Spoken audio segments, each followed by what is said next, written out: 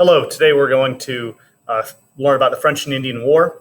Last week we got a little bit into the causes of the war. We'll continue that this week. This is just going to be an overview of causes, the course of the war, and then also the aftermath of it. All right, let's start with a quote here from Chief Pontiac, who is the chief of the Ottawa. Said, "These lakes, these woods and mountains were left to us by our ancestors. They are our inheritance, and we will part with them to no one. You ought to know that he, the great spirit and master of life, has provided food for us in these spacious lakes and on the woody mountains." Pontiac, if you're a football fan, the Detroit Lions currently play at Ford Field. They used to play at the Pontiac Silverdome. So we're going to see a lot of names from this war that are used in either businesses like Pontiac with a car company or a car brand, and then or colleges, cities, and such. So here's a map I showed you on Thursday during the Zoom meeting. But that quote from Chief Pontiac, he's really looking at what we would know as today as Ohio, as Indiana, Illinois, Michigan, parts of Pennsylvania, parts of New York. So these territory that had long been home of Native Americans, and now they feel are being encroached upon by the European colonists who are taking their land. And that, obviously it's going to lead to a fight over that. So again, as I mentioned on Thursday, France, by looking at this map, they control a larger territory, but they have much less people. Great Britain has a majority of has a much larger population. Also, the difference is, besides just more people, the people that are coming and living in Great Britain, by and large, are coming here to establish a new life here. Or and by this point in time, by 1754, it may have happened generations ago. So these people are here to live, have a family, make their way of life, and then pass it on to the next generation. For the French, a lot of these people they're here for business. They're here to trap animals for their fur that they can sell back to France. It's not necessarily that they're bringing their whole family here to start a new way of life. That leads to some of the issues between Native Americans for each side. The French have more of a harmonious relationship. They kind of need each other. They need the Native Americans, and then they can also provide, economic help and weapons and things like that to the Native Americans. So it works from both angles. They're not over encroaching upon the territory of the Native Americans because there's not as many of them. For the British colonists, there's a lot of them. They're pushing the Native Americans off their land, and they need to kind of go further west because of the reliance on farming at that point in time, where you would need more territory to live, and they're kind of just running out of room in the original 13 colonies. All right, so the war, how it starts. There's May 27th, 1754 in Maryland. George Washington, who's going to be something we're going to know a lot about. He is, turn the light on here. All right, we're good. So George Washington and 40 soldiers, they march up to meet up with a man named Tanagra-Hisson, and there's different spellings of his name, but he has the term the Half King, and about 8 or 9 of his men, the Half King. What exactly that is, some historians say it means he was just like a leader of his village. Other people say that he had like a special place as far as being kind of like a diplomat, someone who can negotiate with other tribes or the English or French. But he's so again, many Native Americans are going to be on the side of the French. He's on the British side, and he kind of looks at it as a strategic point of view, where the British seem to be the stronger. There's more of them. They would make the stronger ally, and doesn't think the French would be able to, hold up if there were a war between the two. And so that's kind of what leads him to, the benefit of rather be on the side of the winner than the loser. All right, so early in the following morning, Washington and his group surprised the French. In 15 minutes of fighting, 1 Frenchman escapes. The other 21 are captured, 13 are killed, including a French commander who goes by the name of Jumonville. And Jumonville was wounded, and the Half King approaches him and says, "Thou art not yet dead, my father," raises his tomahawk and kills him, scalping, taking his scalp in the process. It shows kind of the brutal way of the fighting of the Native Americans, compared to what was, the gentleman's type of fighting, and we'll see on some other slides, between the Europeans, where, each side would line up, and there's really rules of war, and the fact that for each side, that their belief of how fighting should happen doesn't always match up with the Native American tribes' beliefs, causes conflict, which sometimes strains relationships between either French or British and their Native American allies. I'm going to cut the video out here. The French Indian War. So the war raged in North America from 1754 all the way until 1763. It's part of a larger struggle known as the 7 Years' War that was going on between France and England. Again, most Native Americans fight inside the French, some fight inside the English. But the war begins for the English. They're alarmed that forts are being built by the French in that Ohio River Valley, that red and blue shaded area. Also, George Washington gets defeated. His troops get defeated at a place called Fort Necessity near present-day Pittsburgh. That would be, again, for how it starts. The English are going to say it starts because the French are building forts in their territory. The French would say it's starting because the English are moving into French territory. So that's that dispute over the land.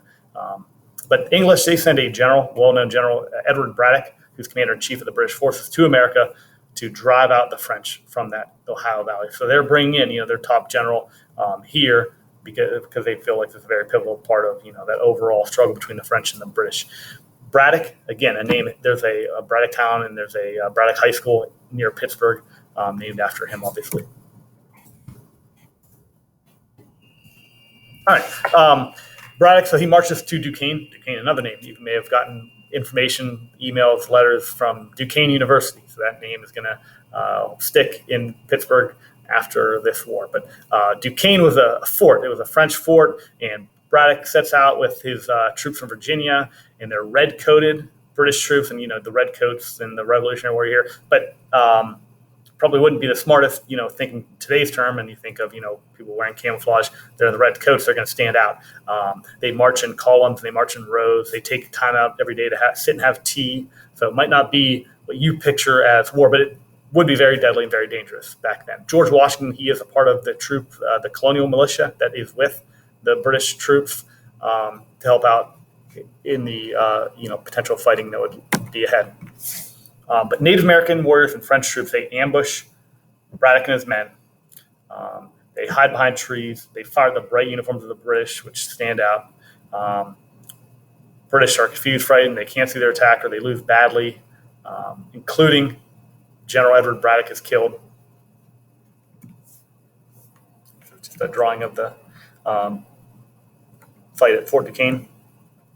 The map here shows a map to Fort Duquesne, which is later going to be Fort Pitt. But this right here, this is Pittsburgh. So this map here shows the Monongahela River, the Allegheny River, where it leads into the Ohio. But right here, if you've been to Pittsburgh, Point State Park, it's kind of like right in the jets out right towards the water. Maybe find on the incline, that would be up here at the bottom where Fort Mount Washington would be. And then over here, Carnegie Science Center, maybe going on a field trip there, would be over here. There's a casino down there now. If you're a football fan, Heinz Field, where the Steelers play, would be right here. Baseball fan, PNC Park for the Pirates, that's right here. That North Shore, they call it. But so that's the area we're talking about. It's present-day Pittsburgh. Maybe you've been in this area where the fighting would have taken place.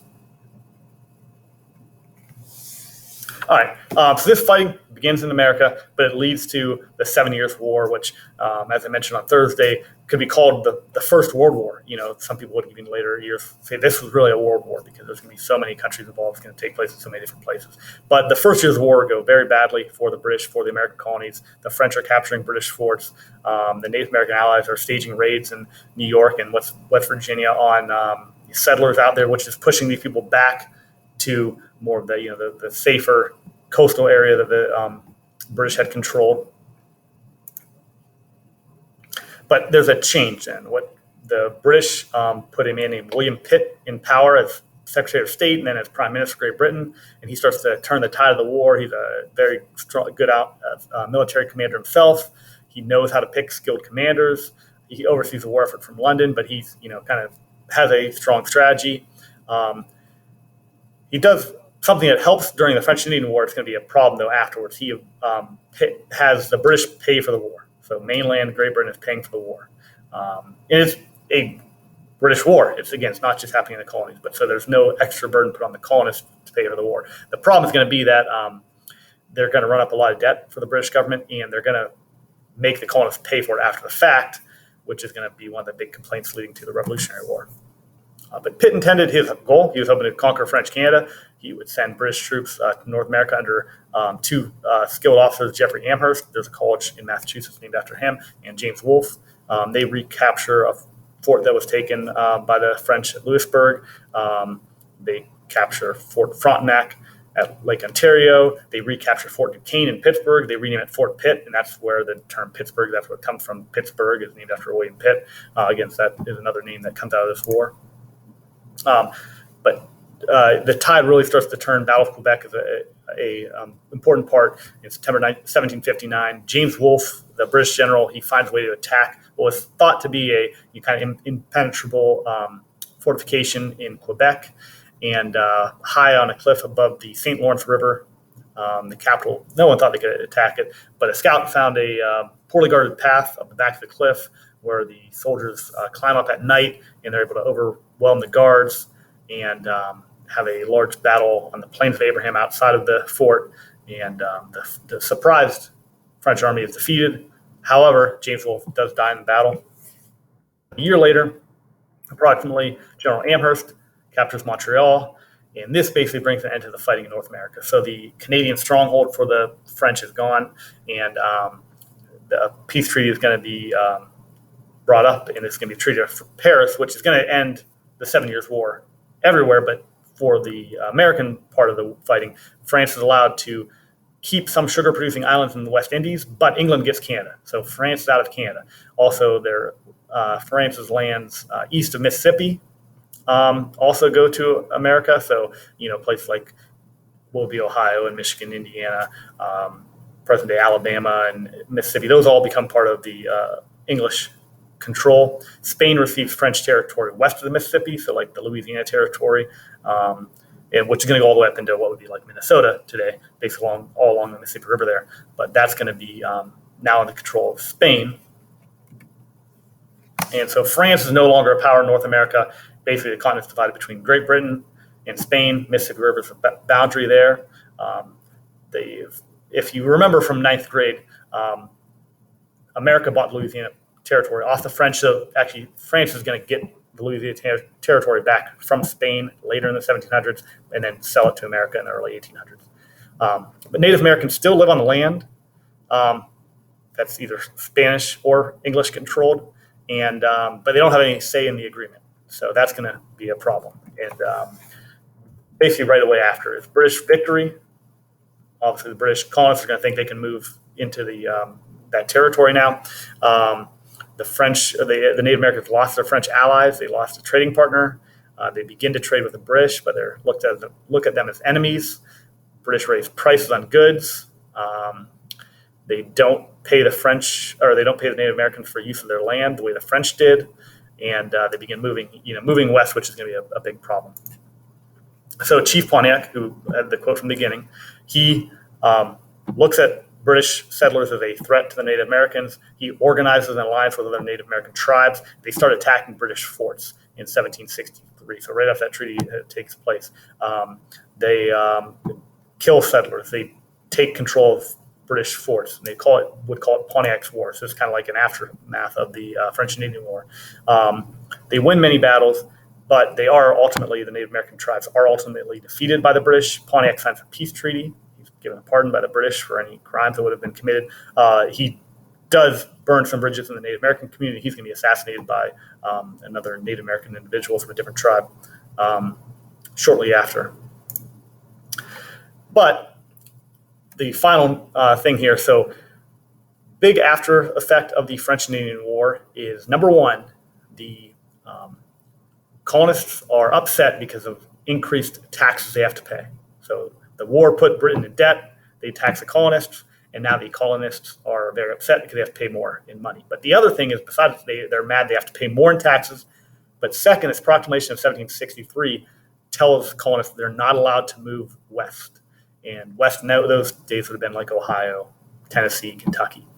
So because King George doesn't want more conflict with the Native Americans, he issues the proclamation of 1763 saying the Appalachian Mountains are the boundary for the colonies.